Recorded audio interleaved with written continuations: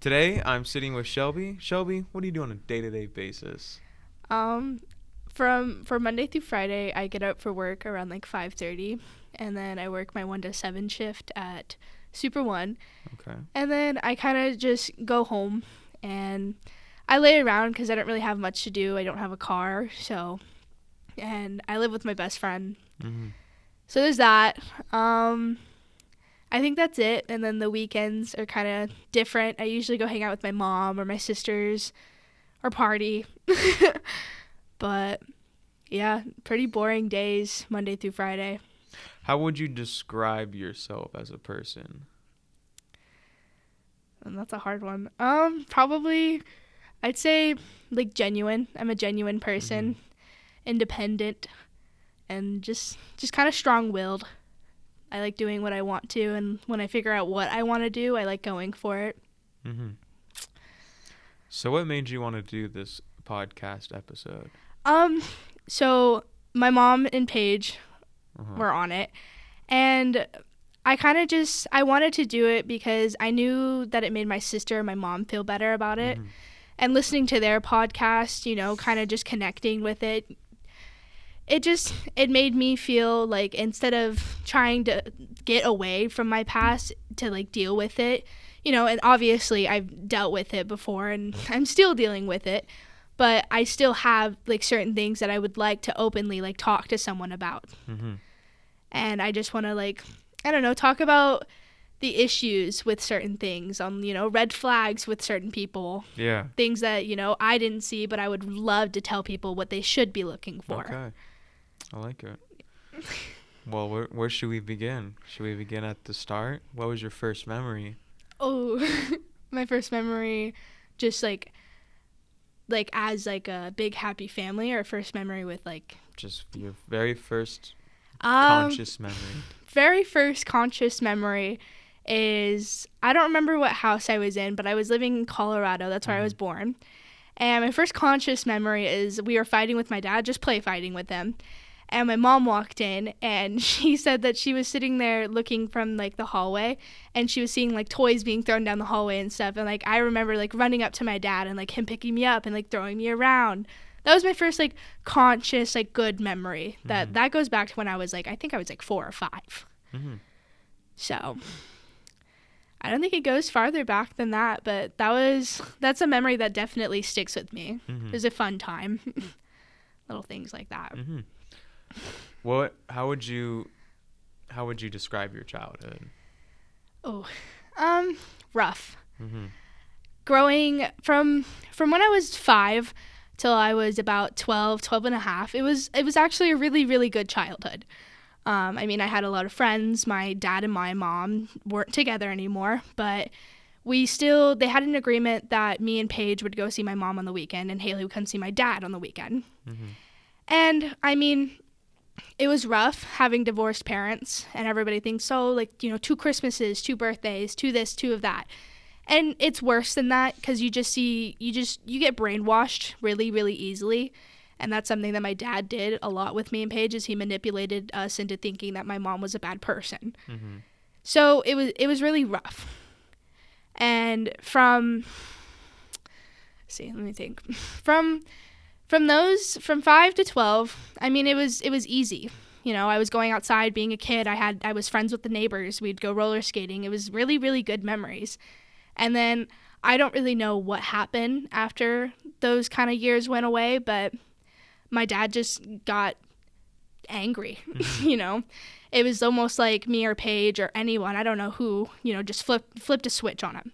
He went from like this happy, like loving, caring father to like this dad that just really didn't care about us. And it was weird because it was in a flick of like a day. I was waking up and I just remember him just getting really, really angry at me because I couldn't find my pants. This is like one really good like thing that I realized as this was happening, because I got up for school and I couldn't find my pants. And he just got really agitated and angry with me. And I remember he made me sit in the corner for 4 hours on my head. Like doing like a wall sit, doing like a wall sit on my head. Mm-hmm. And just today, my younger sister brought it up, like, back to my, like, attention that's something that did happen. And my mom never knew about that. I was, terrified to tell her because I didn't want her to, do something that I couldn't see my dad anymore, because I did still love my dad. Of course. So that was that day. I remember he'd never, like, punished us, because my mom and my dad were very, like, I don't really know the word, but they really went to traditional punishing, the spanking, the taking off the belt, leaning over the knee, all that kind of stuff when you did bad things. But I never heard of, like, those kind of punishments. So this was all, like, new to me. Mm-hmm. And I remember I finally got out of it after 4 hours, because every single time that I fell, he would tell me to get back up. And I would have to go back into it. So it was this 4-hour long, like, punishment. I remember my head was hurting, my face was red, everything just kind of hurt. And Haley, my younger sister, she walked into the room, because we shared the room at the time, and she kept asking if I was okay.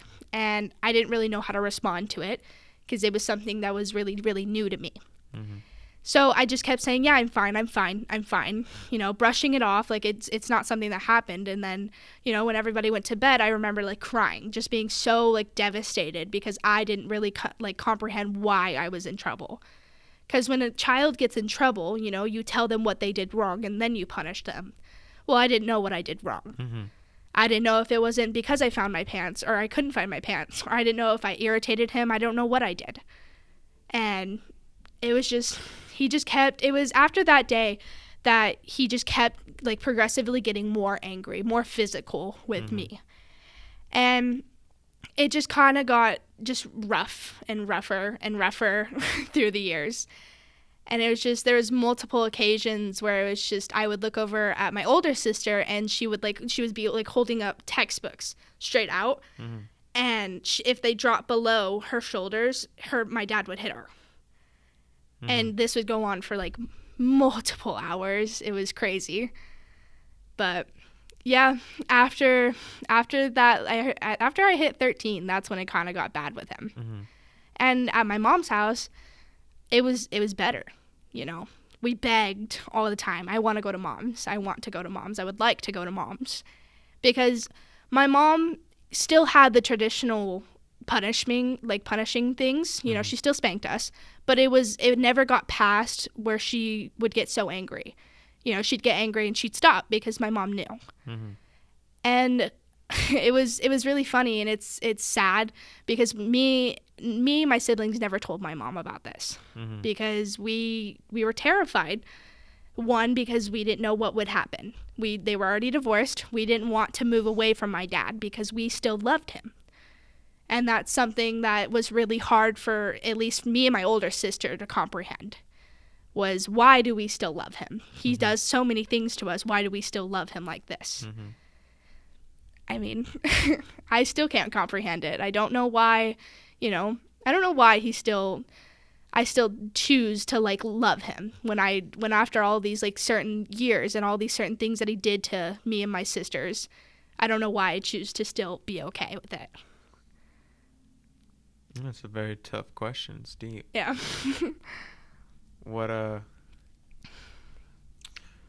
What do you think makes a parent get to that level of neglection of their child?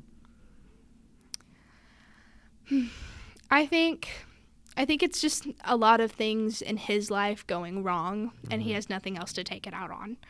Because he used to take it out on my mom, We all know, well, if you listen to my mom and sister's podcast, we all Mhm. know that my mom got really the shit end of the stick. Mm-hmm. She got the worst of it. I've seen my mom bloody and bruised on the floor with, Paige trying to wipe the blood off her face, and I'm just sitting there, in shock.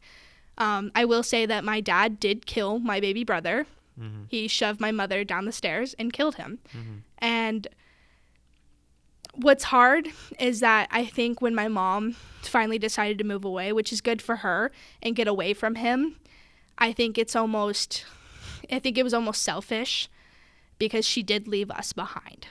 Because she probably didn't know that he would do something like that he would turn his anger towards us. Mm-hmm. But at the same time, it doesn't anger me. It just confuses me because I just, why would you leave your kid behind with someone like that? Well, it's like hindsight's 2020. Yeah. It's hard to understand. It's hard to understand both ends of the sword, the double-edged sword, and see both sides, and because it's like just when you look back, it's like, well, why would you do that? Yeah. And I know that she didn't mean any harm because in the end, she did have to save herself because she did a lot of protecting. You get tired, you get exhausted of something like that. And it was her kids, but, my mom was exhausted. And I completely understand it now. But, I mean, back then, you really, as a child, you couldn't understand something like that. You don't know why she left. You don't know why she would leave you with something like that. But it's also, our fault for not telling her. Because I know that if we would have told her earlier on, then we would have, moved away long time ago. So, I mean, with a parent getting to that kind of neglect and anger, it's more or less because he didn't have anything to take his anger out on anymore when she left. And so he knew that hitting us and getting towards us would get to her. So, and that's what he did. He used us to get to my mother, which it ended up doing. How so? I remember it was after a really, really, really bad night with me and my younger sister. There was a baby gate when my little brother was born with my dad's ex-wife. Her name was Laura, not my mom. My little brother was born, and there was a baby gate, and me, Paige, and Haley were jumping over it. We're kids. We're going to have fun. We're going to find something to have fun with. And my older sister hopped over it, and it scratched the paint off the wall. And I could hear my dad, I could hear him almost like huffing and puffing and like stomping into the house. And, in that moment, you don't really know what you're going to think. You don't know if he's going to be calm and ask you what happened. But he first went after Paige and my older sister. I'm just going to say older sister. He went after Paige. Oh, my gosh. He went after my older sister, and he shoved her to the ground and everything. And then it's almost like his entire anger just switched over to me and my younger sister. It's almost like he completely forgot that she was there. It was like he was mad at her for like 2 seconds, and then it just switched over. And I remember he pretty much grabbed the back of my shirt, grabbed Haley's, my younger sister's arm, and dragged us down the hallway into our room, took off his belt and everything. And I thought I was just going to get spanked, and it ended up, I witnessed my younger sister just almost just like black out from all the pain that she was getting from him. I mean, it turned from the belt to his hands, and he just went off, and I was terrified for my life. I got up on the top bunk, and I scooted all the way to the edge of the other side of the bunk to where I thought he couldn't reach me. And he got on top of the lower bunk and swung the belt multiple times, and you started using his hands. And after that night, we didn't leave the room for a couple days. We left to use the bathroom and eat and stuff, but we didn't really want to talk to him. And then we went to my mom's house. And at this age, me and Haley, we still showered together. We still, we're siblings. It's perfectly fine. It's normal. And my mom, she opens the bathroom door, and she's sitting there, and she opens the shower curtain really fast to do a little scary thing on us. And my mom's face just went from this laughing, funny kind of little expression to fear, because she looked down at me and Haley's legs and our arms and our sides, and they were just bruised from just our shoulders down. It was terrifying, and that's when my mom realized that he's been doing that. And it was just all hell broke loose after that, because then me thinking oh crap, mom knows. Oh shit, what's dad gonna do? And so, I mean, after that, it's just it just draws blanks, because I don't know what my mom did. She asked us where we got them. We tried to lie. We tried to, oh, we fell. Oh, we were roller skating. We ran into each other. The stupid excuses. And my mom knew we were lying. She's my mother. And just trying to get out of any way that it would make him angry again. and it just didn't work. Mm-hmm. So I remember I stayed the week at that house. I didn't go back to his house that week, obviously.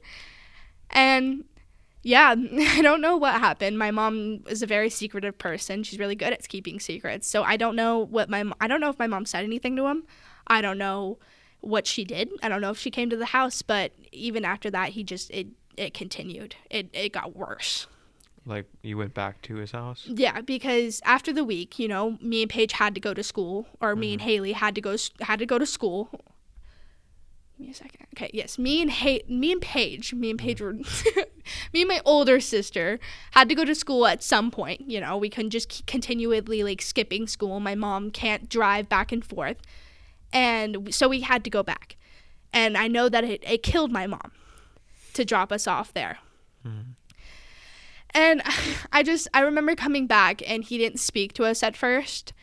And I remember he came into the room, and he was talking to me, and he was just like, "I'm so sorry, Shelby. I didn't mean to do it that hard. I didn't mean to do all this." And, little 12-year-old me believed it. Oh, he didn't mean it. He didn't mean that. He was just angry. And now looking back at it, I'm 18 years old, and looking back at it, he's a manipulator. He manipulated me into thinking that something like that was okay. And, you're my friend. You know what my past relationships have been like, what I've thought is love and what isn't. Yeah. And it's hard to, like, realize that someone that you love, someone that's supposed to be loving and caring, and go to your soccer games, and go to your theater practices, I don't know, is, doing something like that to you.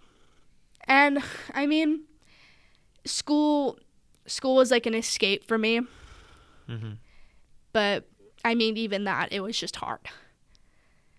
He would never do anything on my face. He would never do anything, like, on my arms or anything. It's almost like he knew where to hit. He knew what to do. He knew what to do if I did get hit in the face. Mm-hmm. He would manipulate me into thinking that I should lie because if I did say something, then I would be taken away. And I know that he said that multiple times to me and my siblings, is that, if we did say something, that we were going to be taken away, or he threatened that, oh, if you tell your mom, we're going to have you guys taken away because your mom does the same thing. So he's a master manipulator. Mm-hmm. As that is your father, what is it like to go to school and social events, or just anything that involves having a father, such as Father's Day, and your friends asking you if they can come stay at your house?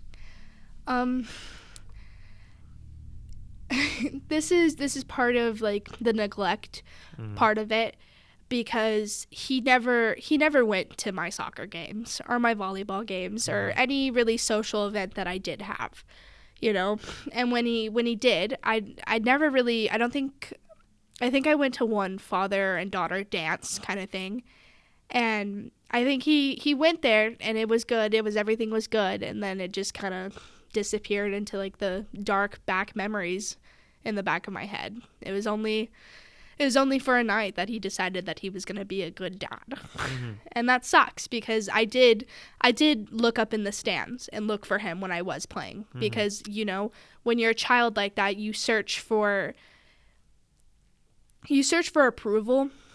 And that's something that I looked for, was his approval, because I never got it from him. No matter how many times he hit me, no matter, how many good grades I brought home, I never got the approval. So it was just a search for approval at that point. And he never gave it to me, because he was just, it was either he was working, which, it's not his fault that he was working. But, I mean, when he wasn't and he was home, he could have gone. And, my mom, who lived all the way across town and had other things to deal with at the time, my mom was financially not doing well. We were in a very, very, very dangerous neighborhood for a bunch of kids. But she still chose to go because she knew. And even my stepmom, who I thought was a witch the first time, the wicked witch. Yeah. It's a stepmom, but, ended up being someone who I looked up to a lot because, like I said, when my mom left, we got it, but when we left, she got it. Yeah. And it's terrible hearing those kind of things. But at the same time, that's why I don't get mad at my mom for leaving, because in the end, me and my family, we had to leave. We had to be safe. Mm-hmm.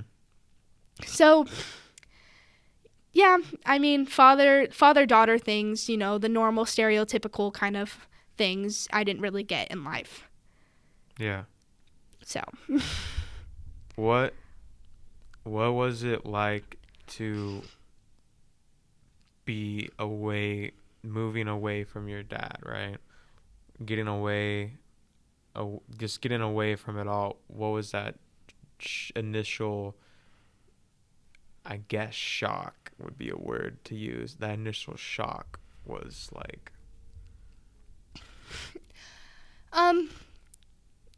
There wasn't really much of a shock with me, Mm-hmm. nor was it with my older sister. But I remember my mom finding out that we could go out of state, and we didn't even have to tell him or say goodbye or anything. But I remember she brought us one at a time in the room, didn't know what we were talking about, anything. And she brought me in, and I sat down, and she said, we're moving to Idaho. Mm-hmm. And of course, as a younger kid, I'm going to be like, why? Well, why? I'm not going to have any friends up there, At the time, my life was my social life, Snapchat, Instagram, having my friends come over, hanging out with my friends after school. And, I have friends here. And at the time, I did have a boyfriend. Mm-hmm. And I just, it wasn't really shocking for me. It was more or less, the upsetting fact that I am going to have to leave. Because this, before Colorado, Texas was it was my home. I had my cousins, the rest of my family there. And what shocked me the most was that I wasn't really upset about my dad. Is that I was more upset about my friends and, like, my cousins. I got emotional. I cried. Of course I did, Mm-hmm. But in the end, because then after me, my younger sister was brought in, me and my older sister talked about it, in the end, it was going to be better for us. Mm-hmm. So. What was it like when you came to your graduation? Oh. Your high school graduation. Yeah. So my at the time, I hadn't seen him in 4 years. Uh-huh. In person. I mean, we did FaceTime and, like Snapchat and text each other, but I hadn't seen him in person in a while. Not very often, to my knowledge. Yeah. Right? Not very often. It was probably like once every 2 months. Yeah. And it was, if it was texting, it was like, oh, how are you? Good. And then that was it. Mm-hmm. But I remember, I went into my younger sister's room where we live now, and I was getting ready, and I remember talking to my best friend and just crying to her because I was like, I can't believe he didn't even come. Mm-hmm. Like, I can't believe he didn't text. I can't believe he didn't call and, say congratulations. Just bawling. Mm-hmm. Because what I didn't know at the time is that all my family knew this little secret that he was coming, and I didn't. So I'm sitting here crying, and my younger sister and my best friend are just, like, looking at each other, and we're like, well, we can't tell her. Like, we just got to let her cry. And I caught wind that my uncle, my piece of shit uncle who used my family, was supposedly coming over to the house. So I got angry about that. And then they used that to kind of manipulate me into, like, thinking that, like, it was just my uncle coming over. So I was sitting in my younger sister's room, just getting ready, putting my cap on and stuff. And my Nana says, Shelby, come out here. And I just remember being like, oh my gosh, like, my uncle's here. Like, yay, I get to go say hi to him. Mm-hmm. And I walk out, and everybody's, like, videotaping me. And I was like, what is this? Like, what is going on? And I look over, and my dad's standing there. Mm-hmm. And it wasn't like a fear. It was more or less like my heart dropping.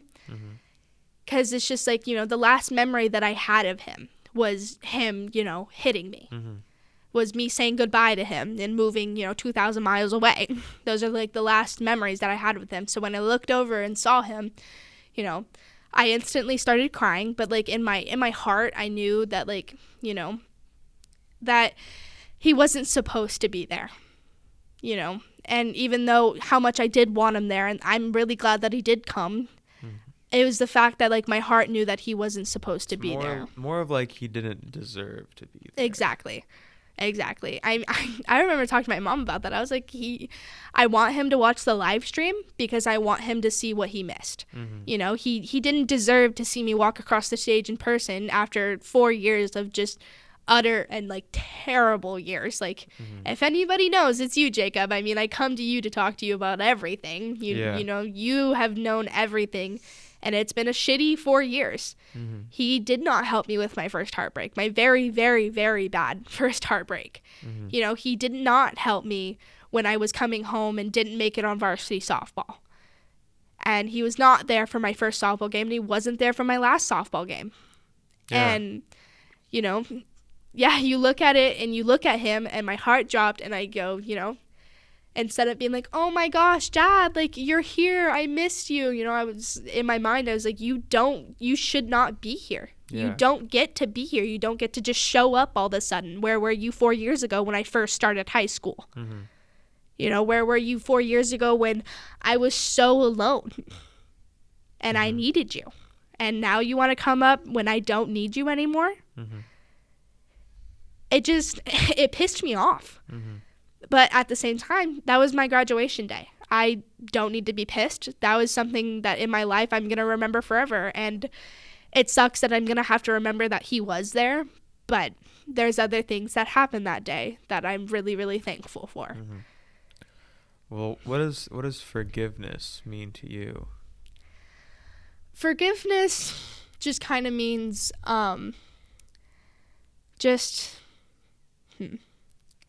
forgiveness just means, paying for your crimes. Showing the person that you hurt that you're doing better, or you are like genuinely like sorry about it. Yeah. That's what forgiveness means to me. And that's why I can't forgive him, because he still hasn't done it. He still hasn't, paid his dues. And he can't get back the 4 years that he missed with me and Paige, my older sister. He can't get those back. And he's not going to, because he chose to stay there.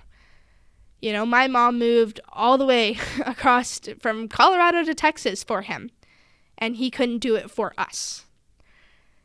So to this day, I will say that I'm okay with him, but that doesn't mean that I forgive him, because I can't and I won't until he realizes like what he did to me. And there's a lot of things that he did to me. I mean, can we talk about my first relationship? If you want to, it's your episode. I'm perfectly fine with talking about it. I'm not gonna say his name. Yeah. But he had a very, very big impact on my first relationship. Yeah. So within a month of me moving here, I started dating like the neighborhood kid and fell in love with him. And after the first year, everything kind of just went downhill. And I think my ex-boyfriend now realized that what I thought was love was abuse, and, mentally and physically and emotionally abusing me. And he used me. He used me for like to his advantage, to like, oh, she doesn't know what love is, so I'm just going to use this, and just every argument. And I will say it now, it was a very toxic relationship. I wasn't good in that relationship either. I'd pick fights on purpose. I would, but you're also so young. Yeah. Very immature on both parties. Yeah. We were, 14. He was 15. Yeah. Babies, literal babies. But it's interesting to have that dynamic of immaturity and, the expectations of a high schooler, but you add on so much, at least on your part, you add on so much mature trauma and, childhood, unaverage childhood experiences into it's just a weird mixing pot Yeah. of emotions to have towards, puberty, like that, just like that year when you're just going through so much at once. It's just interesting, the dynamic you have Yeah. as a person. Yeah. I definitely, my mom thought that moving to Idaho was a good idea, and everybody did, but nobody could predict the future for me. Mm-hmm. And, the future was 3 years of a really, really, really toxic relationship. Mm-hmm. I mean, it was every day. It wasn't love. Well, Mm-hmm. I know that now, but what I thought then was it was love. It was just an argument. We'll get over it. We love each other, and Paige, my older sister, makes fun of me all the time that she thought I was going to, I had this mentality that I was going to marry him. Yeah. But he had an impact on that because he made me believe that something like that, something so disgusting, so like unlovable kind of gesture, he made me think that was love. Your dad, right? Yes. Okay. And yeah, my ex-boyfriend was the one who used it to his advantage. Yeah. So we fortunately broke up about 2 years ago. Yeah. And it was almost like so much baggage just kind of fell off of me. Yeah. And I was depressed. I was sad. I was, oh my gosh, I loved him. Why would he do this? But, looking back into it now, and I look at old pictures all the time. I mean, I was really, really overweight. I wasn't loving myself like I should have been. I mean, I wasn't grown up like I should have been. I was like 17, almost 16, almost 17, and I was still acting like I was 13 years old. Mm-hmm. And, I mean, I give him props for being able to do it because I knew that I wouldn't been able to do it. Mm-hmm. I give him props for being able to do it, but at the same time, I still dislike him, and I still have this like little hatred. Not necessarily hatred. I do not like him, but there is like a small part of me that just never could really see myself being around him again because of how much he used my childhood to like his advantage. And this entire time I was secretive again with my mom. I never told my mom anything. Mm-hmm. She knew that we got into arguments, and she said that, oh, it's just, you guys are children. Yeah. You guys are going to argue.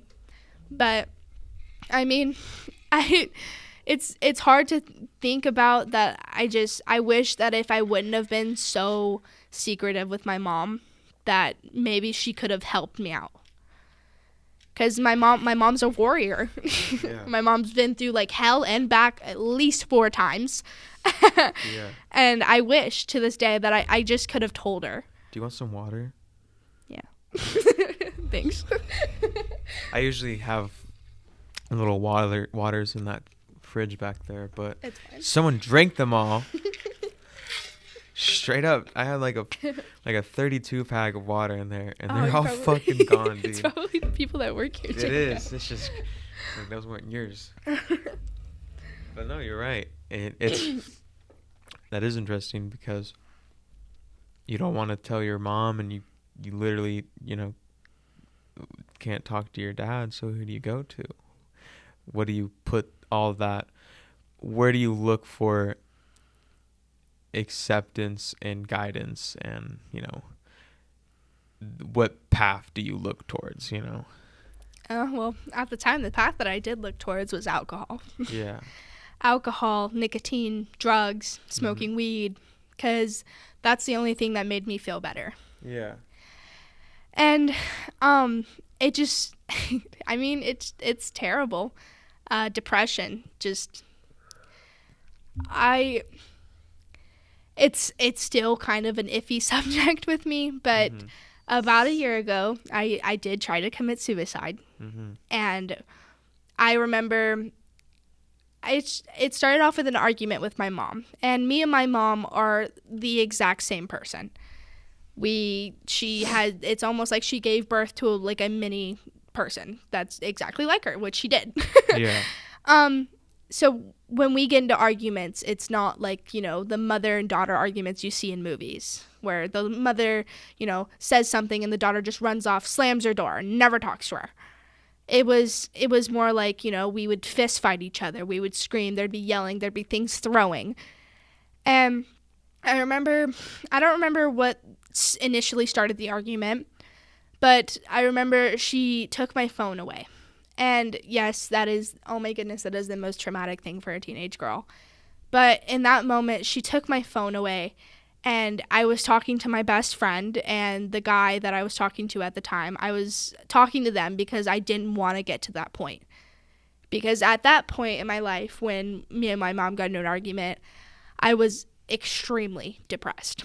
I was on antidepressants. I had just been diagnosed a couple months back with PTSD. Mm-hmm. And it was just a really big rabbit hole, and I was drinking a lot. I was smoking weed almost every single day. I was skipping school, failing my classes, just almost like the stereotypical depressed teenage girl. Mm-hmm. And I remember sitting at the dinner table. All the lights are off. My sister are in their room. My mom is screaming still from her room and finally just stops. Mm-hmm. And I had my antidepressants sitting on the counter with me. And I remember just sitting there, like, staring at them and, like, crying and everything and just sobbing. And I just remember the thought of, I can make it all go away. And so I ended up taking the entire bottle. I don't remember. I think there was 26 in there. I took the entire bottle, mm-hmm. and I sat at the dinner table for like a good 5 minutes because I was like, I'm not going to let her know that I did that.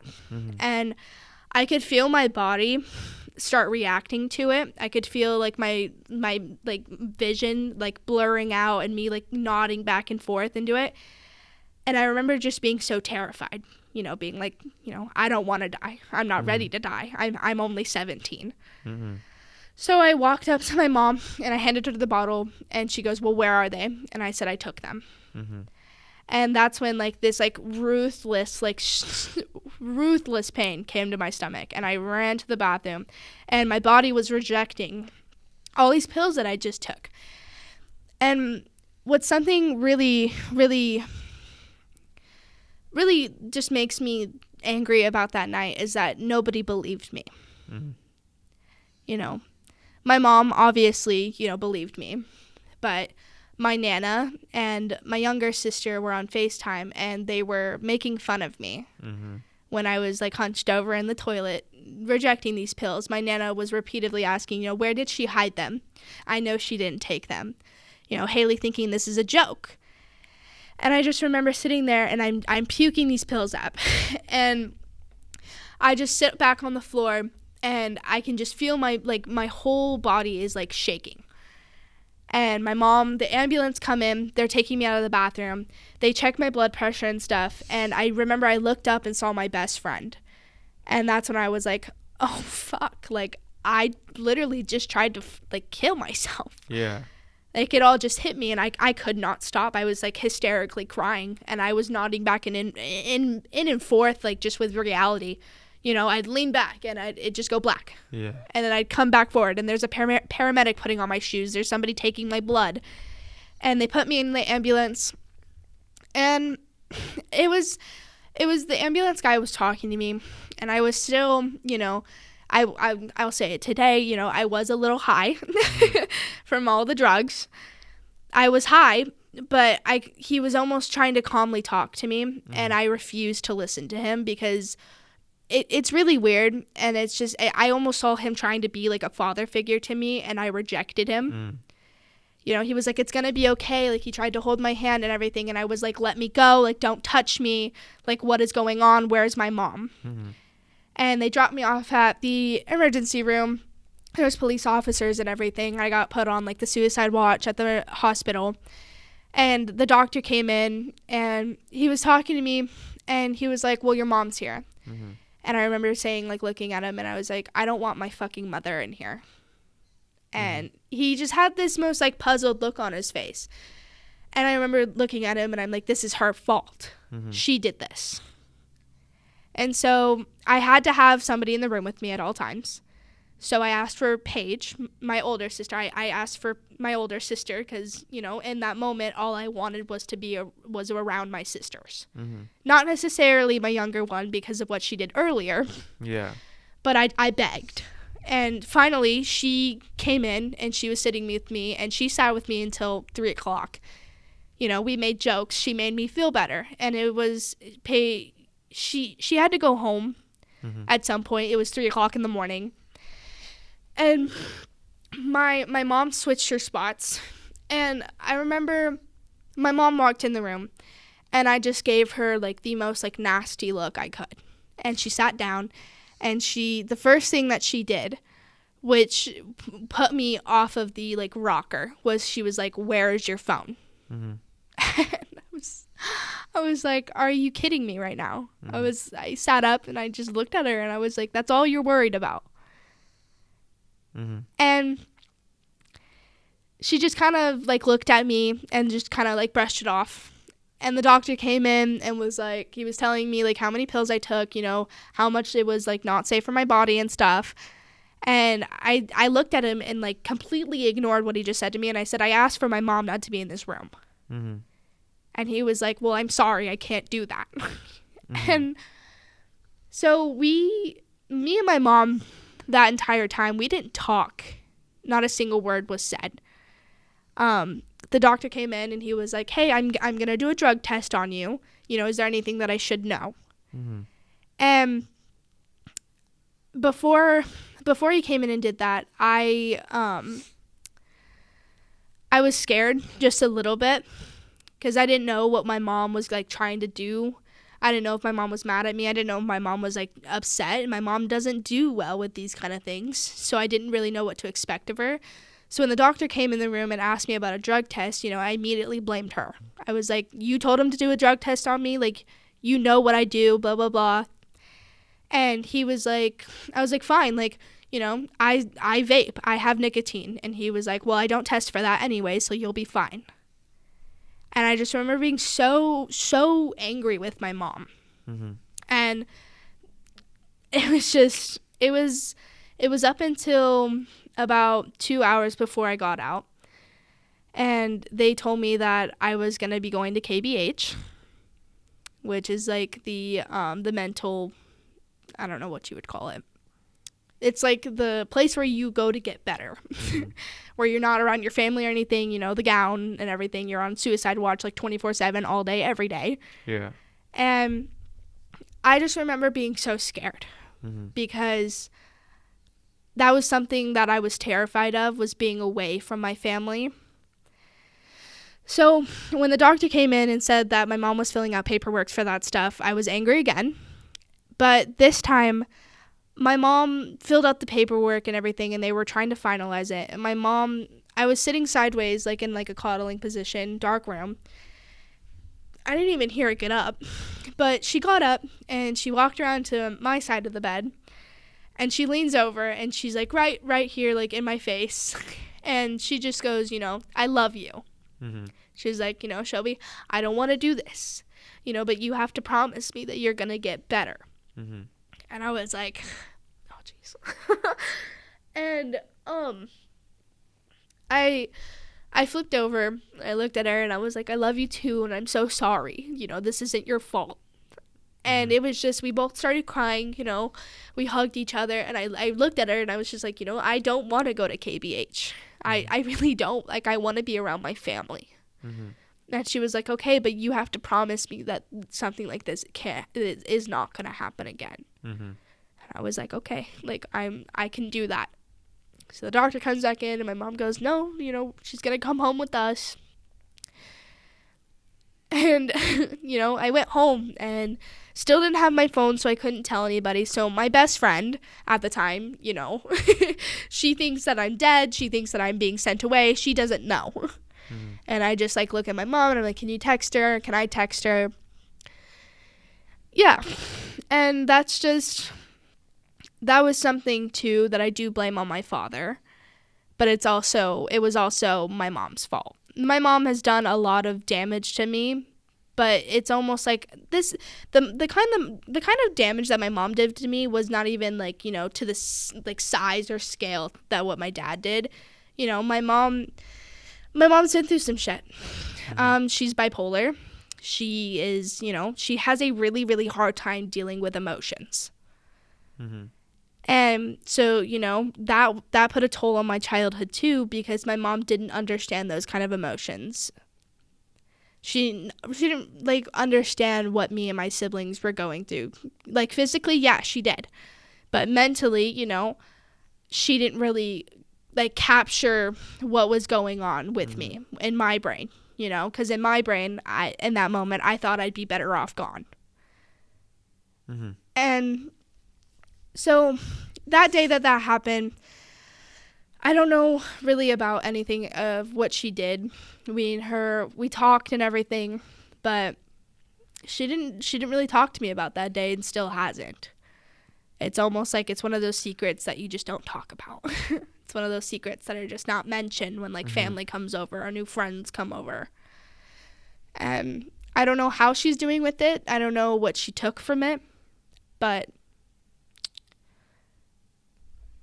yeah, I mean, I'm okay, and she knows that because, you know, in that year that before it all led up to that moment, me and my mom were always arguing. We never got along. You know, we're the exact same person. We're right fighters. We will fight each other until one of us is right. And after that, I moved in with my best friend, and everything with me and my mom just got better.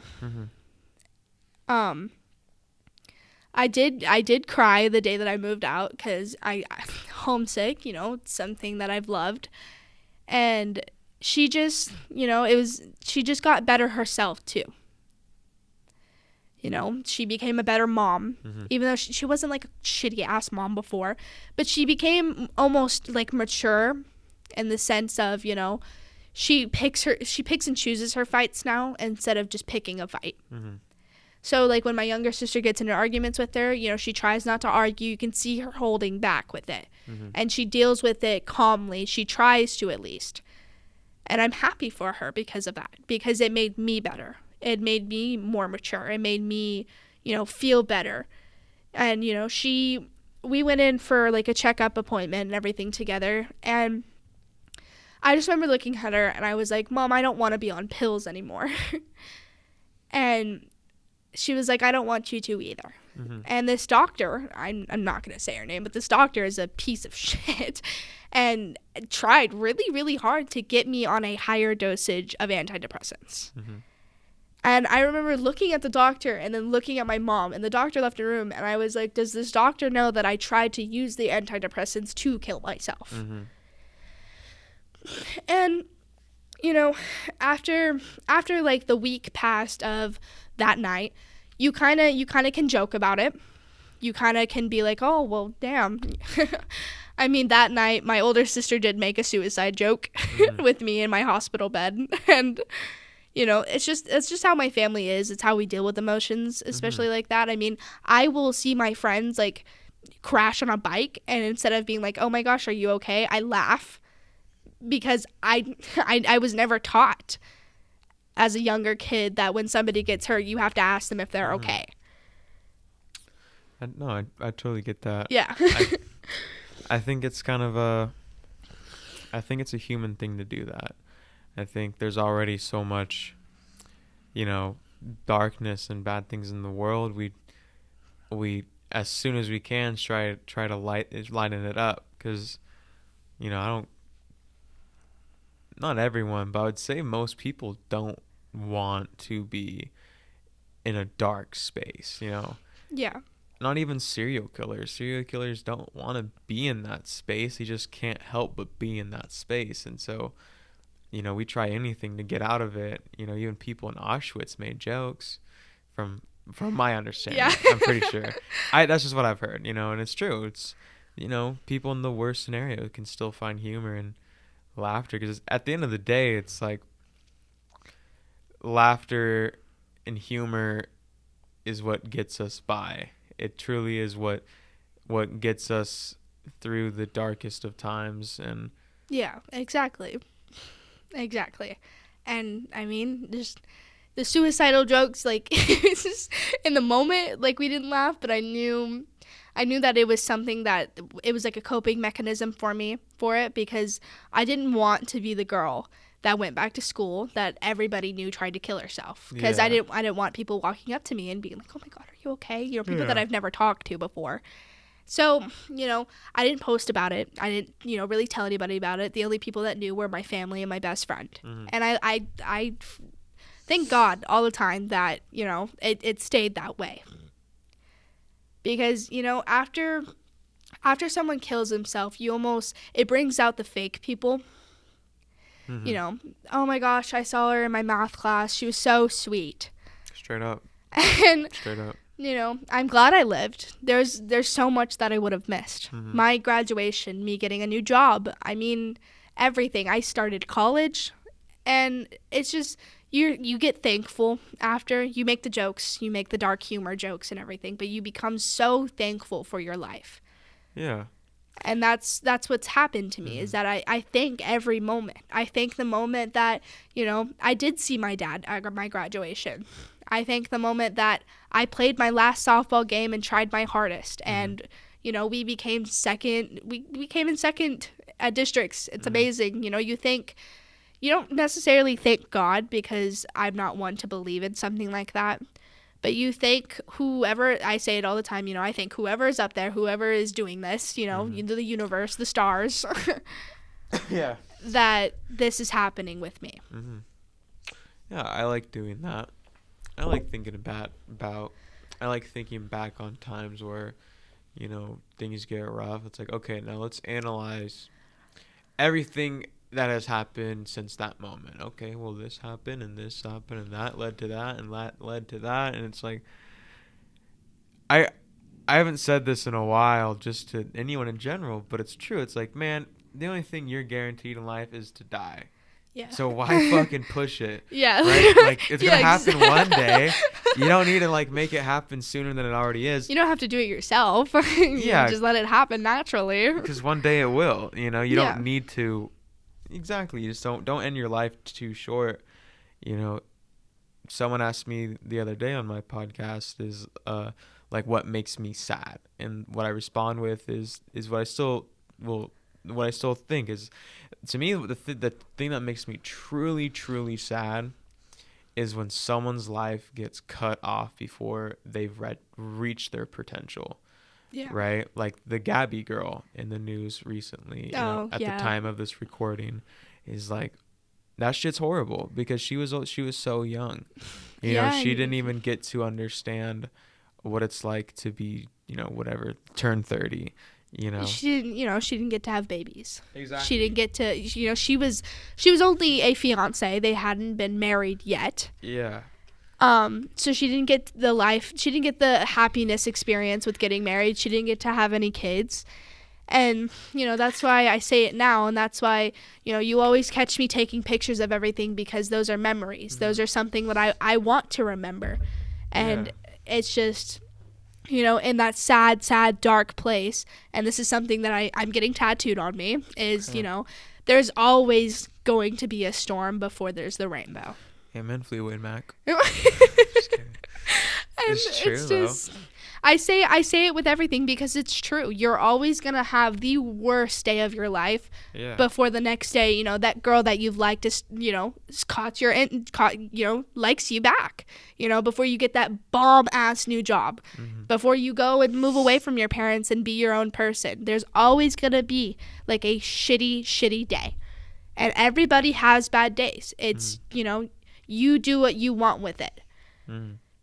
Yeah, I think that's it at the end of the day.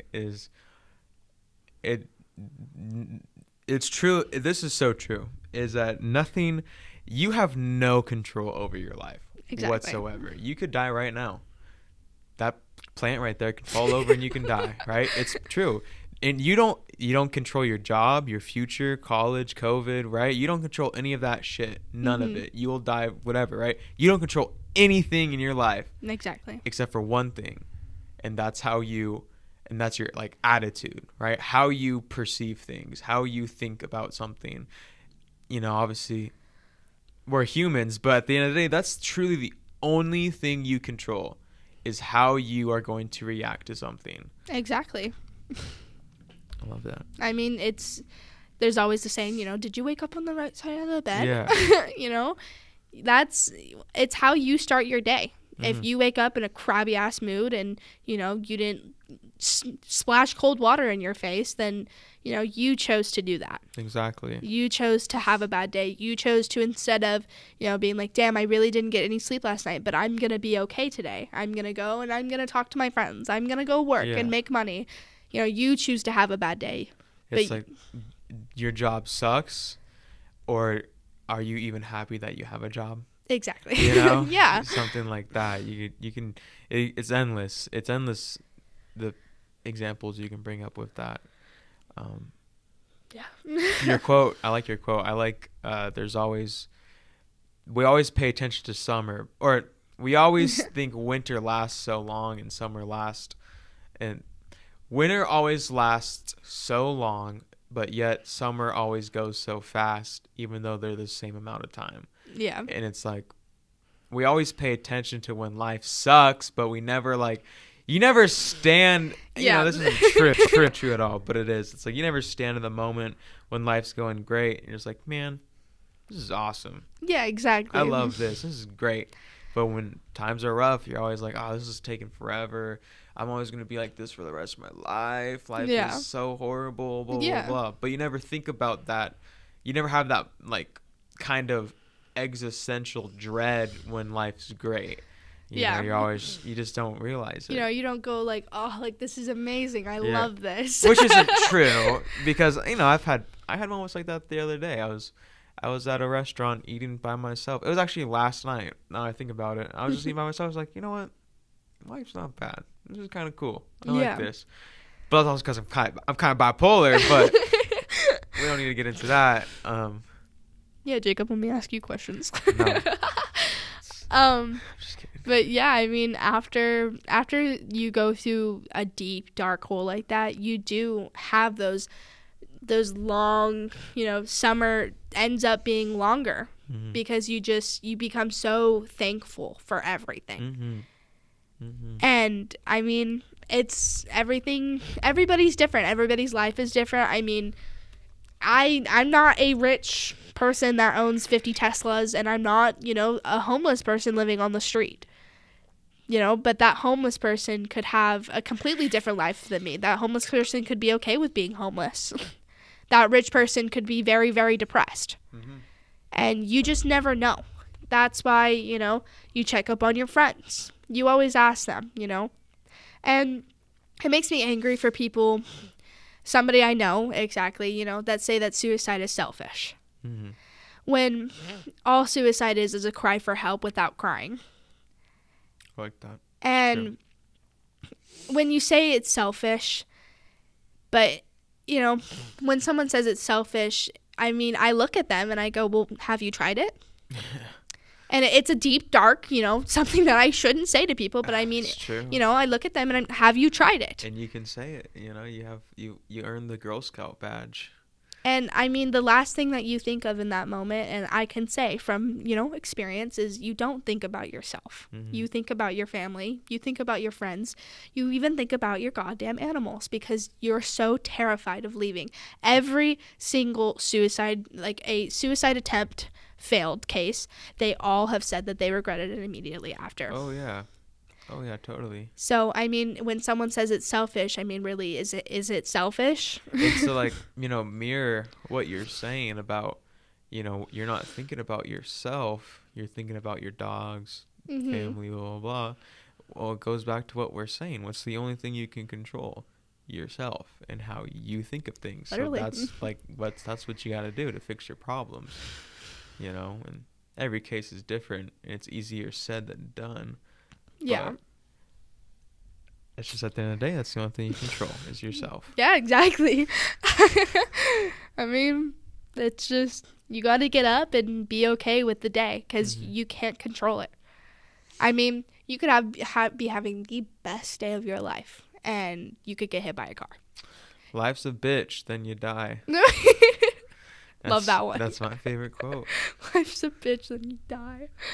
So where does Shelby's future hold emotionally? Your goals, because obviously you got some trauma to Really? go through.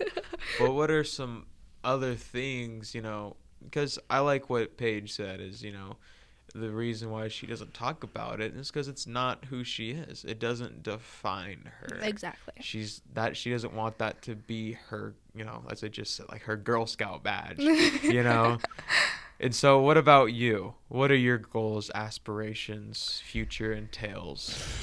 Well, in the future, I would like to forgive my dad. Mm-hmm. Because as much as I want to cut ties with him and never speak to him again, he is my father. Mm-hmm. He is someone that I do want at my wedding, that I do want holding my kid one day, Mm-hmm. So just because it doesn't happen now doesn't mean that it'll happen in the future. It could happen now. It could happen in the future. I don't know, because I don't know when I'll forgive him for it. Because he owes me 10 years. Yeah. He owes me 10 years of, my childhood. He owes me 4 years of, when he didn't come to see me, when he didn't come to be a father.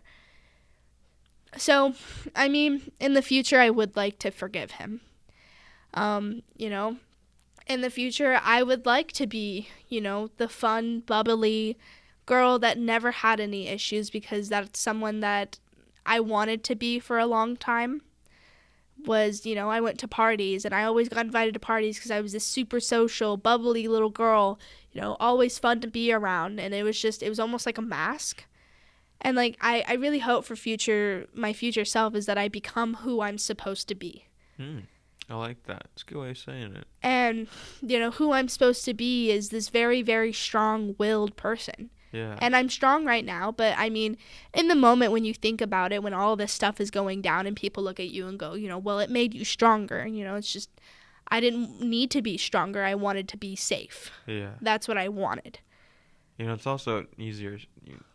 It's easier to say something than it's easier to say you're strong versus you actually being strong. I'm not saying that's who you are. But I have people in my life who will come to me and look at me and be like, Shelby, I completely understand what you're going through. And I'm like, oh my gosh, tell me about it.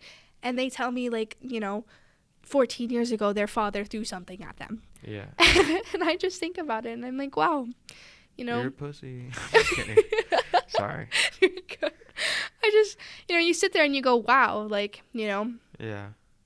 It just sucks because people like that will never fully understand the trauma, the feeling, the emotions of what me, my siblings, and my mother went through. And then it's crazy. Life's so crazy because then if you look at it on the other side, it's people have it way worse than you. Yeah. You never, as far as I know, you never got sexually abused, by your father. Yeah.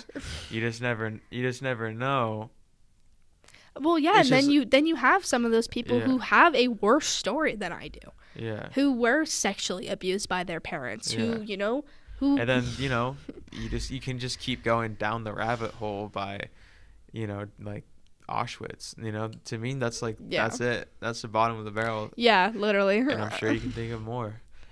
So it kind of just goes back to what I'm saying is everyone's life sucks in their own ways, but the only thing you can't control anything about it, but the only thing you control is you and how you perceive it and your attitude and your reaction. Yeah.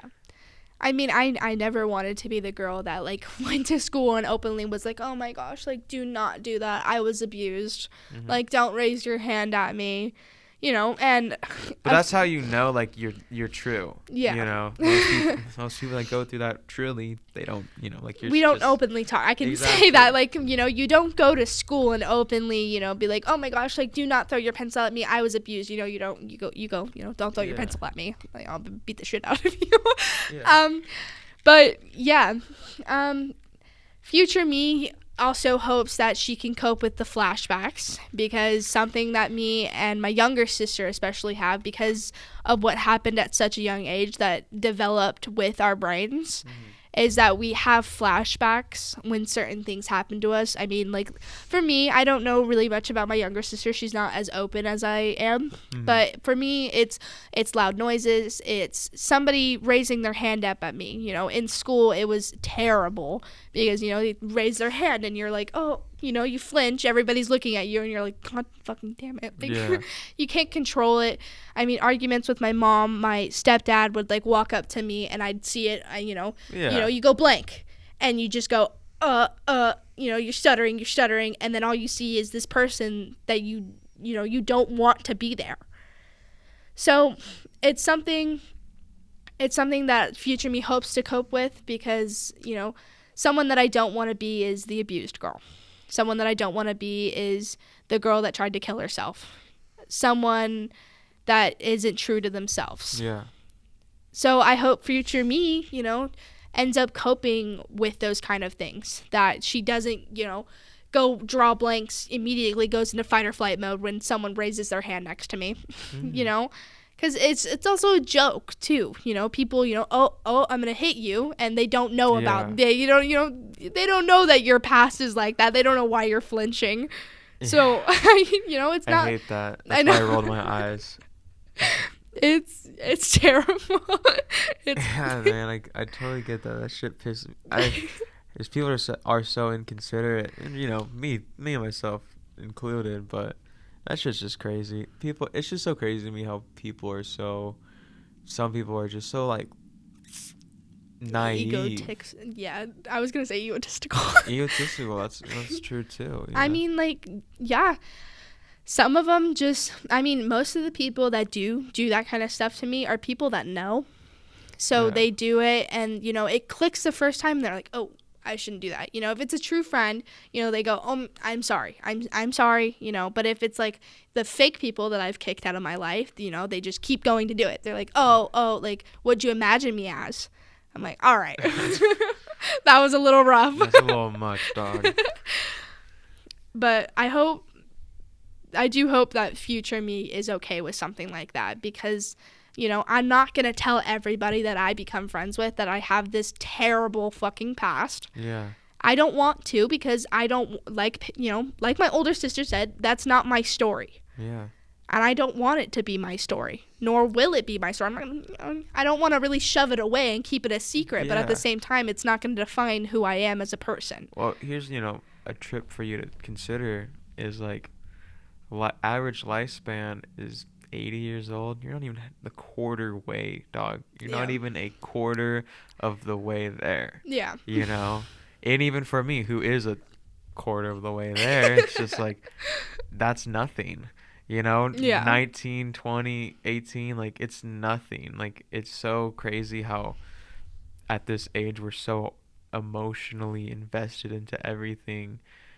But it's like, it's just nothing. Yeah. You know, wait till you're 28, you know, 29. It's like, oh shit, 10 years just went by.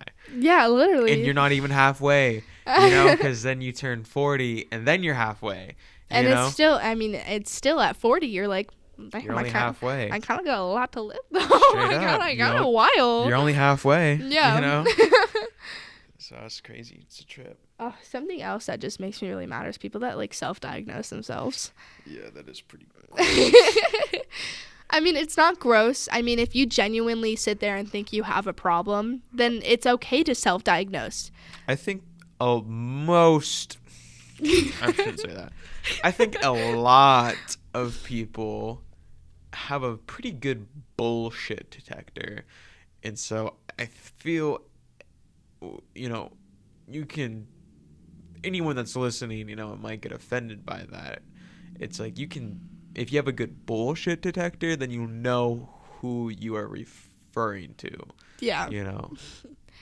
There's a lot of people, close people that I do know that have looked at me and told me that they have like these certain kind of disorders, and someone like me, not trying to like toot my own horn, but I have been through a lot. I know exactly what I know exactly what PTSD, anxiety, depression, neglect.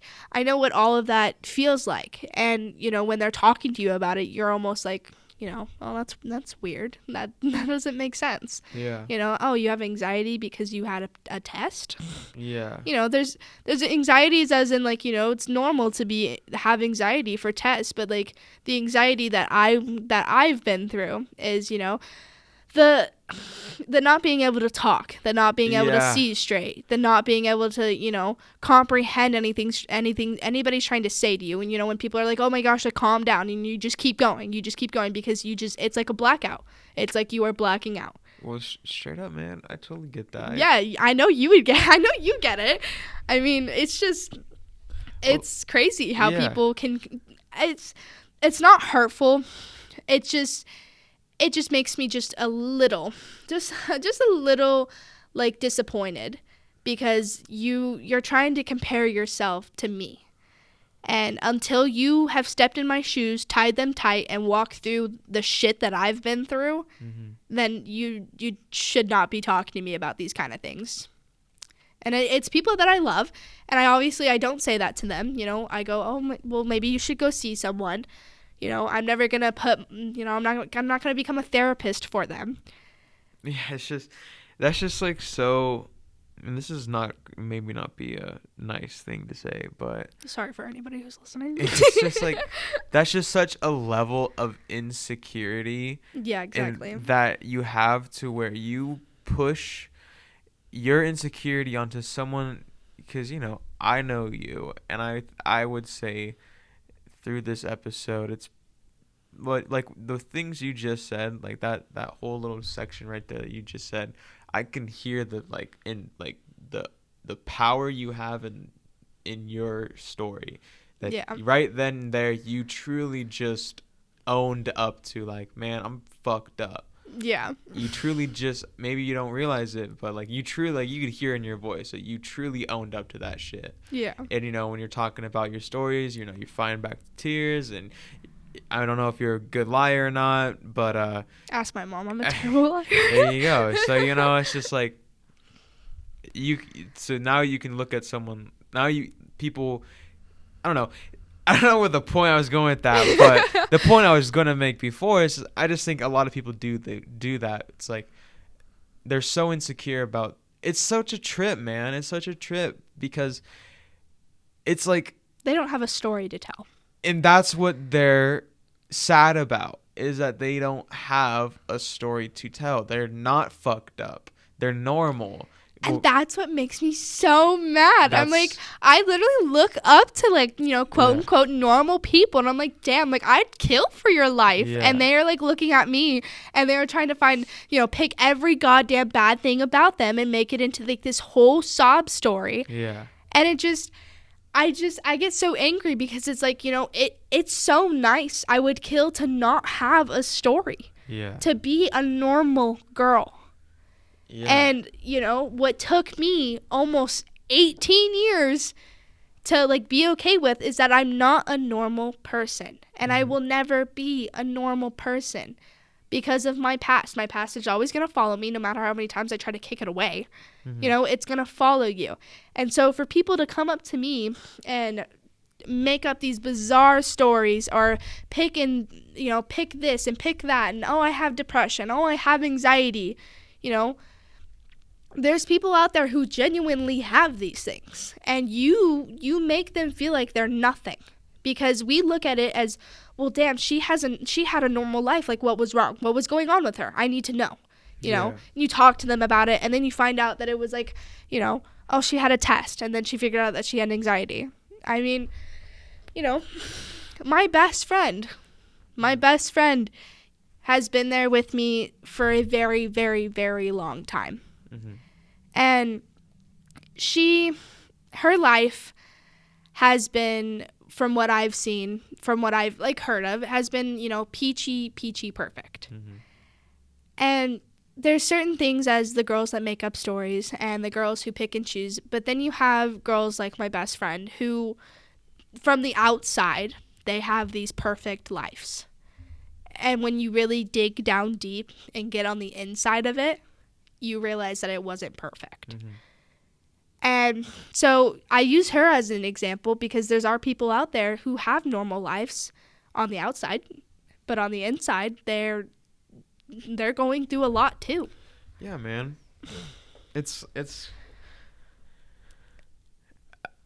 kind of I know I just said the exact opposite of this, but it's kind of like we're all fucked up. You know, we're all fucked up in our own way. We all have our battles. No one has the same life, and no one has no one buddy's perfect. Thanks, Hannah Montana, right?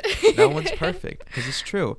Everyone has skeletons in their closet. Everyone has demons, and it may not, when we get the scale out from I don't know, Ned Flanders to Auschwitz of, You keep bringing up Auschwitz. Because it sounds fucked up, but like, I know you're just using it as an example, but I'm like, damn. I just think like that is the most, like, I can never fully ever feel, and I'm not saying I don't, but I can never get to a point of being totally like, my life is so horrible, my life sucks. Yeah. When I constantly keep in the front of my head when I think of those things is Auschwitz, because that's fucked up.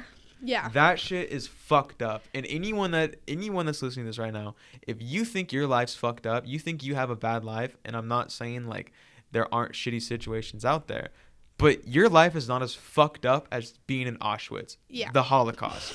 That shit's fucked up. Yeah. Being in your house, totally normal.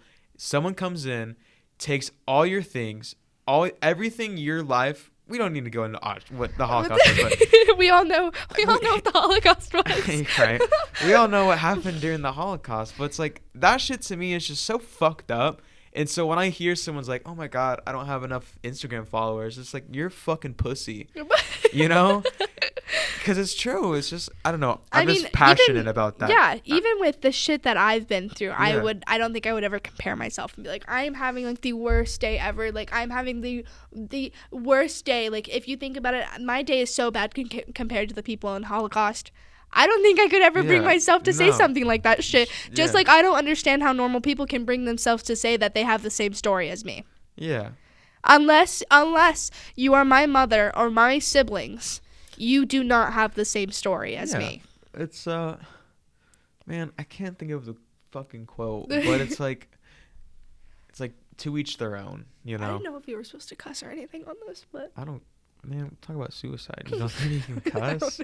What kind of backwards logic is that? I'm sorry. Let's get philosophical, since we are nearing the end of our journey. All right. Let me ask you the podcast questions. Oh, okay. So, what do you think is before birth, and what do you think is the point of birth? That's hard. So what I think is before birth is obviously, the egg, the sperm, blah, blah, blah. Okay. But before birth, whatever is up there, whatever watches over us, the universe, God, whatever you believe in, I think, it's almost like whatever's out there is making a soup. And I know it sounds like obviously immature, but I think that when you are becoming a fetus or a baby or whatever you believe in that is, I think that it's whatever is up there putting like a pot down, and they're adding things into it to make you. Mm-hmm. That's what I think is before birth, is, whoever is up there in the universe knew that this stuff was going to happen to you. Yeah. That, they planned this.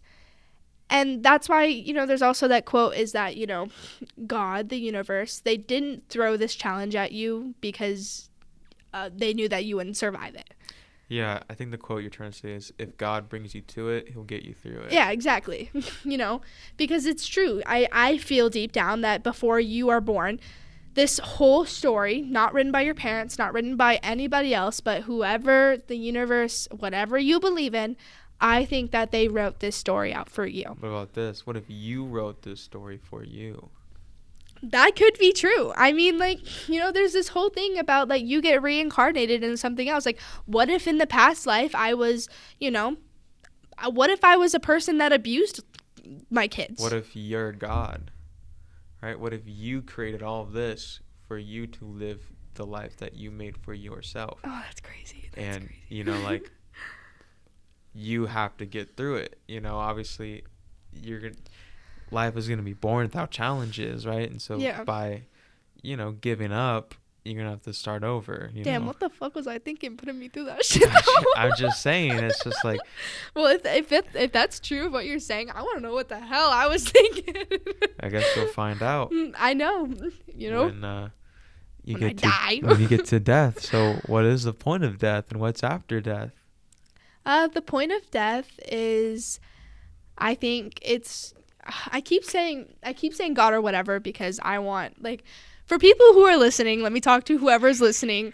I'm just going to talk about my beliefs, but this is not me saying that whatever you believe in is not true either. Anyways. This is your episode. Yeah, I know, but I don't want people to get, like, mad because I'm like, God isn't real. Man, I'm about to have sameness on this bitch, okay? It's your episode. What I think is that the universe says that it's your time, and that they're almost waiting for you to accept death. Because I don't know if you ever experienced this, but when I was little, I'd cry thinking about dying. You know, you cry about your parents dying. You cry, you know, one day you might lose your family. But I think that when you're laying on your deathbed, or whatever happens to me, because I don't know my story. I could, like, go outside and get hit by a car right now. And, you know, I think it's the universe saying that it's okay to let go. That, you know, I strongly believe in reincarnation. I strongly believe that there is going to be a certain point of time where you do get to see your family in this lifetime again, to say your goodbyes, to, you know, say one last, you know, hello. But I do feel that after death, you get reincarnated into something that almost related to your life. So I relate to a butterfly the most, because, you know, they have to go through, like, you know, making their own cocoon, you know, staying in there until they're fully deformed and then flying off. Yeah. And so I feel that, in strong beliefs, I feel that I will become a butterfly, because right now I'm sitting in my cocoon. I'm waiting to be fully developed so I can let go. Yeah. So I think that's what's after death. I think that whatever animal, person, thing that you relate to the most is what you turn into. And then it's just a cycle. It's beautiful. I like it. Thank you. I worked very hard on it. I'm joking. So what is the point of the stuff in between? Why does Shelby exist? What is the point of Shelby's life and existence? I think the point of my life, and the reason that I went through all these things, was because, you know, one day I do want to become a psychologist. One day I do want to either become a psychologist or someone who takes kids out of the bad situations, the situations that I experienced in. Yeah. And I think I was put on this planet to stop the things that I went through as a child to happening to another child. Mm-hmm. And I mean, it's just, that's the stuff in between. That's, you know, my story isn't fully written out yet. I'm still writing my story as I go. You know, we're going through chapters, but we're not going through pages. Mm-hmm. And I think that the stuff in between is supposed to make me, you know, I'm not a hero. Okay. Nobody is a hero. We don't have superhumans here. But I want to be able to take kids out of places that I've been so that they can have a childhood. Because if that's one thing that I missed, was my childhood, because I didn't get to experience the things that children today, you know, with good lives, get to experience. And I want kids, I want to be able to see kids have that if they are in a bad household, that they shouldn't have to go through the things that me and my siblings went through. That I shouldn't be 18, you know, having flashbacks. I should be in college. I should be having my own place. I should have a car. But instead, I got dumped with a bunch of childhood trauma that I haven't yet been okay with. Mm-hmm. So the stuff in between is, you know, just the things you were meant to do. So you have birth, which is, you know, whoever's out there is like, writing your story, or you're even writing your story. The stuff in between is the stuff you're supposed to do. Mm-hmm. And then death is, after you've done so much, after you've been through so much, then it's finally, letting go. It's finally being okay, and it's finally forgiving everything. Mm-hmm. That is how I see those questions put together as one. Beautiful. I like it. Thank you. That was very well orchestrated. So, do you got any alien or ghost stories? Ghost stories? Ghost stories. I don't don't have any ghost stories, but I do have an alien story. Let's hear it. So my stepdad, who is happily married to my mother right now, is obsessed with UFOs. Yeah. Yeah, I don't know if I feel like you know that. Oh, I know. Okay. And, I know that he's a full-on. He loves ancient aliens. Yes. I remember yes. hearing that. So he likes to go outside and look at the stars and see if any of them are moving. Mm-hmm. And at first, you're like, whatever, Casey, it's a satellite, whatever, it's an airplane. Until I actually saw, this star Mm-hmm. was moving across, and it would stop. Mm-hmm. It was just stopping. You go, no, it's not a satellite. Satellites don't stop. Airplanes physically can't. Airplanes don't stop. Yeah, they physically can't. Yeah. So I sat there and looked up, and I was like, what the fuck is this? Yeah. I'm like, what the shit? And Casey goes, well, that's a UFO. Yeah. And I was like, nah, you're joking. You're joking. And now, to this day, I will still look up and be like, damn, that star just stopped. And it's weird because it stops in its place. It doesn't move a little forward, and when you stop on a scooter or a bike, you move forward a little bit. You don't stop immediately. Law of momentum.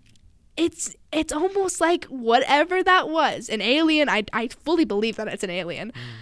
It didn't have any momentum. It was going, and then it just stopped. Yeah. And I was like, all right, that's a little freaky. Yeah, that is scary, dog. It's crazy. Yeah. I know there's something out there. I know there is. Totally, man. I don't know what anybody else believes, and I fully believe that I don't care what anybody else believes. I know that there's not just Earth. Yeah. That we I don't know how many planets we have. I'm not gonna count them out, but I know that we have multiple planets that we haven't even discovered. Mm-hmm.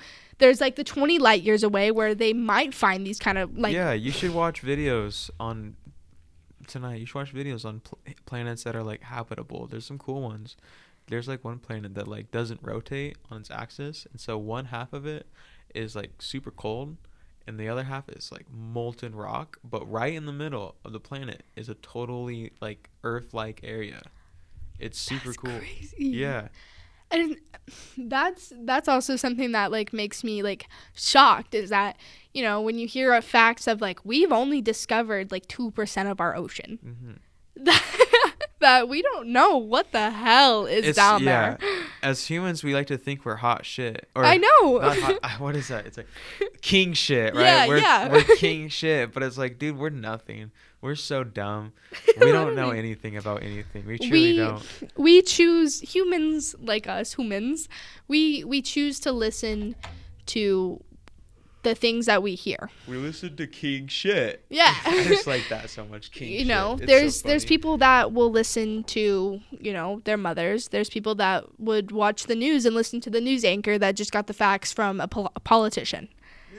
And it's the people that choose to believe in what they want to believe in. And what I believe in is, it's not even what I believe in. I know that there is something else out there. Damn straight. I mean, not even just, oh my gosh, Area 51. Obviously, they were hiding something. But it's just a simple fact is that I know that there's something out there, and that's going to come in favor for me one day. Yeah. Because, the aliens are going to come down to Earth and be like, dude, they're going to know, mind reading us, and they're going to know the people that believed in them, and they're going to know the people that didn't. Well, let me tell you this. This is actually a true, scientific thing. about artificial intelligence. And so I have to ask you this.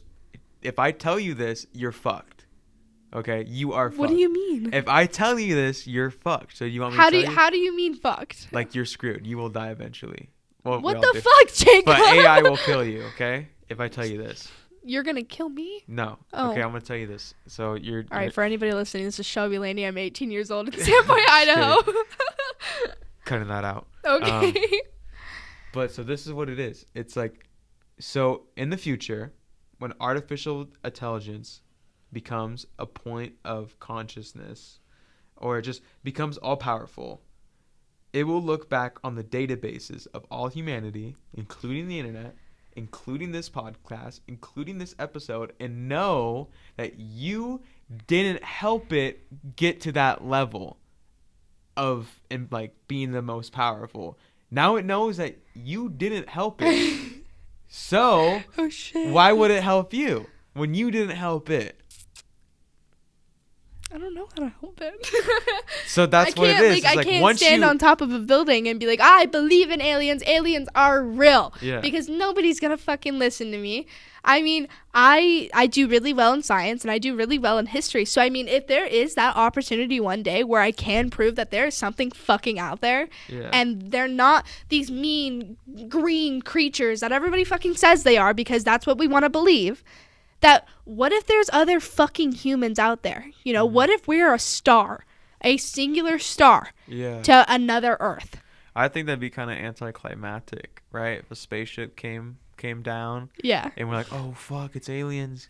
Fucking Finally, humans. and then it's like the same us come out. I'm like, what the fuck? Primates, right? Evolved from shit. And it's like, man, this is kind of lame. Like I thought it'd be like some tentacle monsters or Yeah, like a giant ball. but then you have people like me and you, who that if it did come out like humans, you know, we'd almost like question it and be like, all right, what the like, where did you guys come from? I would Like, kind there's of- another Earth. I'd kind of believe, yeah, man, straight up. I don't even know what I would do, to be honest. That would be crazy. It would be, because then, like, you know, people say it all the time that we don't have a second Earth, that we're destroying the one we have now, Damn straight. and it's almost like it'd be like saving us. So, but like at the same time, like those people don't have to take any of us back or tell them where the fuck Earth is. Well, here's a thought for you. Is what do you do when you see an ant? An ant? An ant. Like crawling on me or crawling on the Just sidewalk? On the sidewalk. Oh, When I you walk past it. Exactly. So why would an alien come to us? We're fucking up the planet. We can't fly in space. We are too busy arguing with each other instead of realizing the bigger problems in life, such as why are we born? How come we die? What's the point of the universe? Where are we going? Where do we come from? Literally. Right? But we're so worried about, you know, the stupidest shit on the fucking in the universe. Politics, that's what I'm talking about, right? We're so worried about that. So as a alien that's past all that stupid primate dumb stuff and is full on intelligent, can master space travel and time, and is fucking super smart, they're gonna look at us as an ant. And what do you do when you see an ant? Smash You either smash it or just walk past it. You don't stop to talk to the ant. You don't stop to try to. That was really good. That was a I didn't really come good up- like connection. I didn't come up with that. That was Neil deGrasse Tyson. Oh, well, what did you say his name was? Neil deGrasse. You don't know who Neil deGrasse Neil- Tyson is? Neil was it- deGrasse Tyson. What he said. Anyways, that was a really good connection because it's true. It's true. It is. You know how many, like, if there is anything out there, which I know there is, But I don't know. At the same time, like we are, like, sometimes ants are interesting. When you look at them, they're fucking cool. yeah, you can look at them. They all work together. But like with that analogy that he leaves out, is what about ant farms? We literally capture ants and keep them in tanks so we can watch them because they're fucking cool. Yeah. You know, like they're crazy. So it's like aliens. They're probably. I mean, like, watching what us. if, like, yeah, what if we're, like, in this, like, little enclosure on Yeah. a kid's nightstand and Damn straight. We're he's like, watching us? you ever seen that? You ever seen Black Mirror? No. You should Yeah. watch Black Mirror. I watched the first episode. No, I watched the one that had the robot in it. Nah, you're gonna watch all of them. I know. That's so stupid. I'm sorry to make fun of you, but like I watched one with the robot. Bro, all of them have robots in them. No, the one with like the tiny pink Not robot. all of them, but the Miley Cyrus one. Yeah. Yeah. All of them have to do with technology. That's what I meant. But one of them is pretty cool. Like I guess I shouldn't say that because it gives it away. But like just say it because I'm gonna forget it anyway. I know you, and you're not gonna watch it. But at the end of the episode, like the whole like universe takes place in a snow globe, right? And it's crazy, and it's like it is crazy. That shit's real. What do you think deja vu is?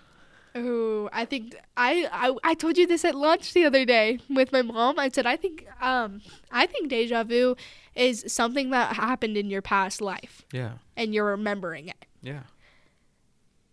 I think I believe it because I mean it's stupid things. I mean me and you, my mom had deja vu when me and you were like hitting each other in the booth. Man, I had deja vu today. I can't like that's the crazy thing about it too. Is like that's so crazy and I think about it is like have you ever like you can't remember why like when you had deja vu. Oh yeah. Like you can't I guess that's not true. What the fuck? That's not true.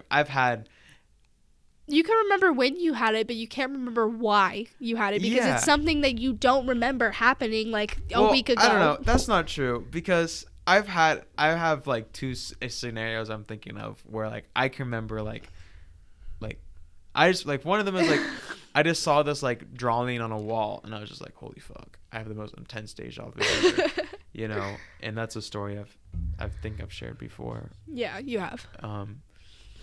But yeah, I don't know. Deja vu is fucking crazy. But like, why I said that is like, because I know I had deja vu today, but I can't remember what it was, what I was doing, where I was going. But I know I had it today. I know I did. Well, it's because your past life was 19 years ago, before you were conceived. You know, and people, you can't, I don't know if you can, Jacob, but you can't even remember when you were a child. So with certain things like that, I think my childhood was fucking dope. Just gotta rub that in your face. It was so cool. I got all the toys. But you can't remember past like a certain age because, you know, your memory doesn't go far that back. Mm-hmm. And I think deja vu is your past life. It's just like you just all of a sudden you just remember that little moment and then it goes away. I mean, I remember I had deja vu because my younger sister slid into the kitchen and I was like, whoa, I've seen that before. Mm-hmm. Like I knew you were going to do that. And I purely believe that it's something that happened in your past life that you just remember in that moment because it's something that happened. Mm-hmm. I mean, it's like studying. I don't know if it's like studying for a test. You study this question and then you get it right on the test because you remembered the answer from studying. And it's almost like you can kind of connect deja vu with that because it's your past life, you know, being like, oh, you know, why? Like, you think about it and it's like, why do we have deja vu? Who came up with deja vu? Who figured it out? Amen. And I mean, you never know. It's something that you believe in yourself. It's whatever you want to believe in. Well, like, that's the craziest part. I love how you said that. That was good. It's like who came up with it? Where did it come from? Exactly. Why is it here? But, like, when you have it, it's so clear as day. You know what it is. You had it before. That's why I said it's from the past life, because you have had it before. Mm-hmm. You have had the feeling. You've seen it happen before. There's nothing else that explains deja vu other than you've seen it before, you've had the feeling before, you know exactly where you are. Amen. And I'm telling you, bro, it's from the best life. I fully believe in it. Mm-hmm. Like, and it's just, I don't know, this has nothing to do with it, but like, who named things? That's good. I saw something on my phone, and it was like, nobody knows who named Earth. Nobody knows it. Nobody knows. It's almost like someone was like, oh, like, you know, the Earth, you know, the planet needs a name. You know, let's call it Earth. And it just spread like wildfire. It's weird because nobody knows who named something. I mean, like, obviously you can look on the internet and be like, who named the spoon? And like why laptop is named laptop because like you can sit in your lap. Well, I think I don't. Microphone, like water bottle, like there's so many things that like you. I know if that you, Shakespeare invented the word baggage. I know that. But it's so weird. It's just like you think about it. It's like how did they fucking come up with these things? It's like, microphone. You have to remember this though, Shellbys, is that you're thinking in an English American mindset. When in China, Earth, they don't say Earth, they say whatever they say. You know, I don't know what they say in China for Earth, but so let's say hello, right? Hello is so different. Hello, hola, aloha, ni hao, konnichiwa, bonjour, right? More than that, you know. Yeah. And so like, but I think I get what the point is that you're getting at is like a better way, I guess, would be like is who invented language? Where did language come from? Literally. How did we get to this point of talking with our words, but also we talk in our heads, right? Yeah, we have that little voice in our head that talks in the little movie screen that we see things, right? Your mom. You're thinking of your mom. I'm thinking of your mom. I know exactly you do too, what she looks like. Chinese food. Great. That looks delicious. Where did that start? When did that start? Do animals have the same thing, right? Yeah, I mean, it's true. Something that I did want to ask you though is that like how do people name these things? Do you think? I mean, like there's actual like the actual reasons on why they named them. Like there's not an example in here, but like. Well, I think Earth is Latin for not Earth, but a part of Earth is a Latin for dirt. But it's like, okay, Eartha, let's say Eartha is a Latin word for dirt. Okay, where did Eartha come from? Yeah, and it's just it's a cycle. You just keep a going hole, back. You know, a cycle is a better way of saying it. Well, it's like you said earlier. I mean, with the whole thing with me being like, well, who called it spoon? Like, why in America do we call the shopping cart a shopping cart, but in London they call it a trolley? Yeah, like where bathroom and laboratory. Why? Where in the history did something split and where did all these languages come from? Who made these languages? Who in China started speaking Chinese? Who made the Chinese language that only, if a Chinese person doesn't study American language, English, that they don't understand English? Well, here's something. Well, oh man, I don't want to. I want to make fun of you a little bit, I guess. Maybe not. But just go. It's like you realize that like the internet hasn't been around forever, right? You're having that in your head as that throughout all of history we can be able to talk to each other, blah blah blah. But you got to realize that like China's over here and Spain's over here. For the past like 1,000 years, these motherfuckers haven't been able to talk at all to each other.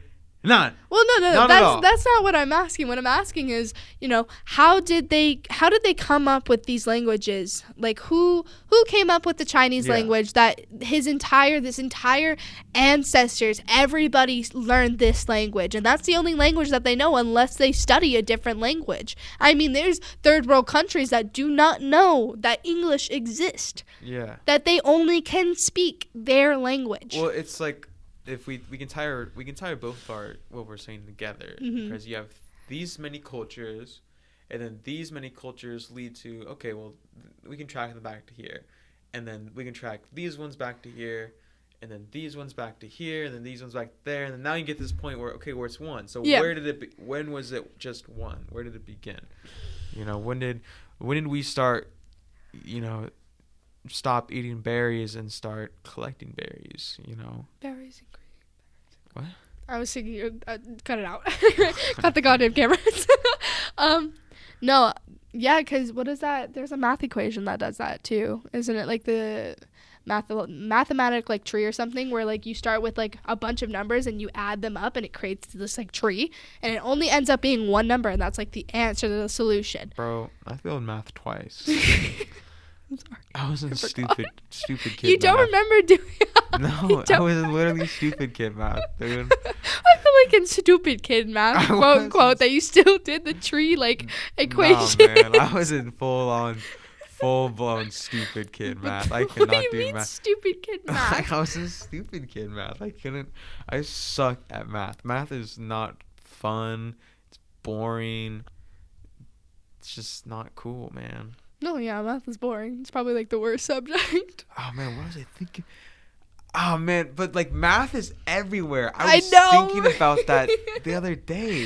You remember when high school teachers were like, "Oh, like, you know, you're gonna use math for everything," and like high school you was like, "No, I'm not. Like, I don't Yeah. even need to. I don't. The thing I wanna like be when I grow up doesn't even involve math." And now that I'm out of high school, I'm like, "Oh my god, this fucking shit's everywhere. I gotta add, subtract, divide to figure out this kind of shit, and I don't know how to do it. I am 18 years old and do not know Yeah. how to divide."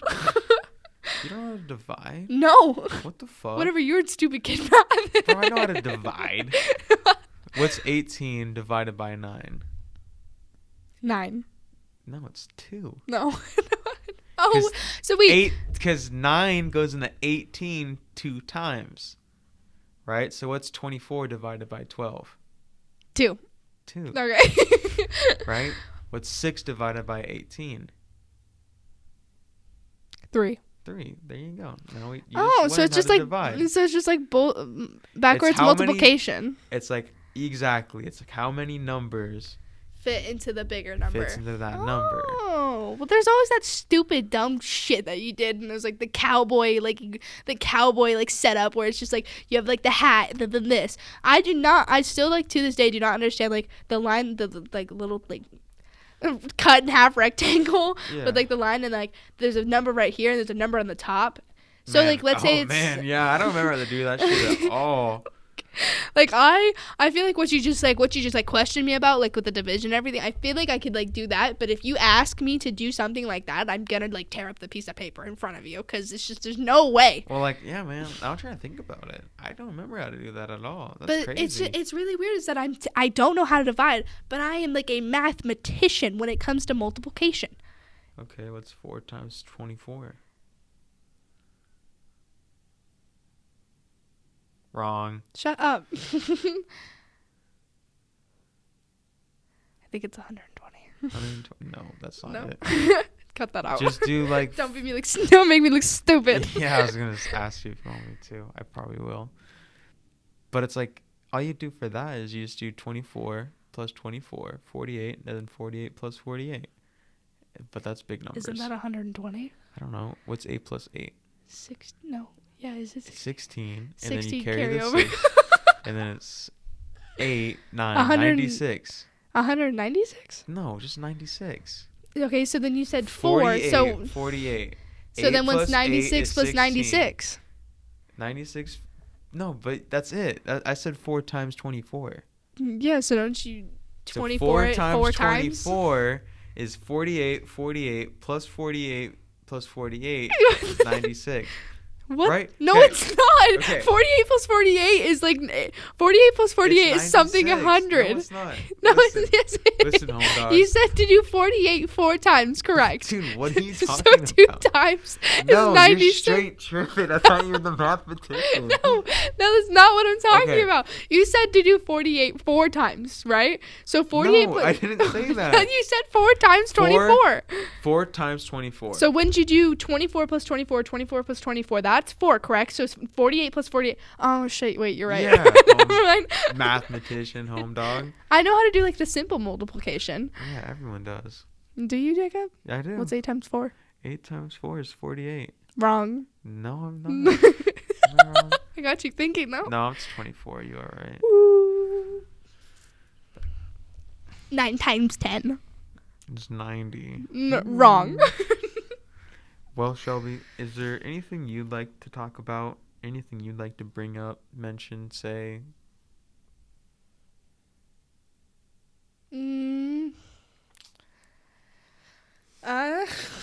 Just like the whole like, you know, basic, like if you are like in need of help and stuff, there's like, I don't remember the suicide hotline, but it's like, what is it? Do you remember it? No. But there's the suicide God. hotline. There's the, if you can't call, there's like the suicide like hotline texting. Yeah. I did that a couple times. There's that. And then there's just don't let anyone write your story. Mm-hmm. Write it yourself. Boom. I like that. Boom. Mic is dropped. Cool. Well, I guess we'll just end it there. Ka-chow. Thank you for your time. All right, thank you.